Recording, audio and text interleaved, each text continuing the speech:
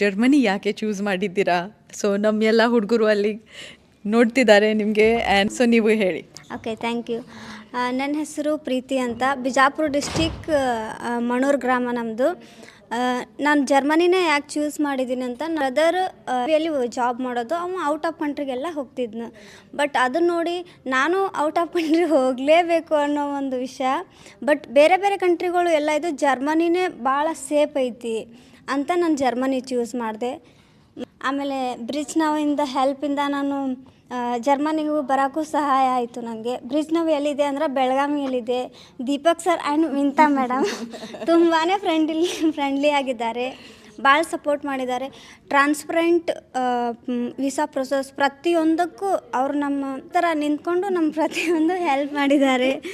ತುಂಬ thanks ma'am. Deepak sir, thank you so much. ಜರ್ಮನಿಗೆ ಬಂದಮೇಲೆ ಅಸ್ಕಿಲಿಯೋಪಿಯಸ್ ಹಾಸ್ಪಿಟ್ಲಲ್ಲಿ, ಇದು ಒಳ್ಳೆಯ ಹಾಸ್ಪಿಟಲು. ಕೊಲೀಗ್ಸ್ ಎಲ್ಲ ತುಂಬಾ ಚೆನ್ನಾಗಿದ್ದಾರೆ, ಭಾಳ ಸಪೋರ್ಟ್ ಮಾಡ್ತಿದ್ದಾರೆ. ನಮ್ಗೆ ಗೊತ್ತಾಗಿಲ್ಲ ಅಂದರೂ ಪ್ರತಿಯೊಂದನ್ನು ನಮ್ಗೆ ತಿಳಿಸ್ಬಿಟ್ಟು ಹೇಳ್ತಿದ್ದಾರೆ. ನೀವು ಹಾಸ್ಪಿಟಲ್ ಒಳಗೆ ಕೆಲಸ ಮಾಡಿದ್ದೀರಾ. ಇಲ್ಲಿ ರೇಹಾ ಕ್ಲಿನಿಕ್ ಒಳಗೆ ನಿಮ್ಗೆ ಏನು ಅದರ ಒಳಗೆ ವ್ಯತ್ಯಾಸ ಏನಿತ್ತು? ವರ್ಕ್ ಬ್ಯಾಲೆನ್ಸ್ ಎಲ್ಲ ತುಂಬಾ ಚೆನ್ನಾಗಿದೆ ಮ್ಯಾಮ್. 2 days ಹಾಲಿಡೇಸ್ ಮತ್ತು ಎಕ್ಸ್ಟ್ರಾ ನಾವು ಅವರ್ಸ್ ಡ್ಯೂಟಿ ಮಾಡಿದ್ರೆ ಅದು ಕೂಡ ಪೇ ಮಾಡ್ತಾರೆ. ನ್ಯಾಷನಲ್ ಡಿಫ್ರೆನ್ಸ್ ಅಥವಾ ಹೈರಾರ್ಕಿಕಲ್ ಡಿಫ್ರೆನ್ಸ್ ಆ ಥರ ಇಲ್ಲ. ಎಲ್ಲ ಪೇಷಂಟ್ ಸ್ಟಾರ್ಟಿಂಗ್ ಟು ಫಿನಿಶ್ ಅಂದರೆ ಫೀಡ್ ಮಾಡೋದು, ಮೆಡಿಸಿನ್ ಕೊಡೋದು, ಅದು ಎಲ್ಲ ಸೇಮ್ ಮಾಡ್ತಿದ್ದೀರಾ ನೀವು? ಮ್ಯಾಮ್, ಇಂಡಿಯಾದೊಳಗೂ ನಾವು ಏನು ಮಾಡ್ತೀವಿ ಇಲ್ಲೂ ಕೂಡ ಅದೇ ಮಾಡೋದು.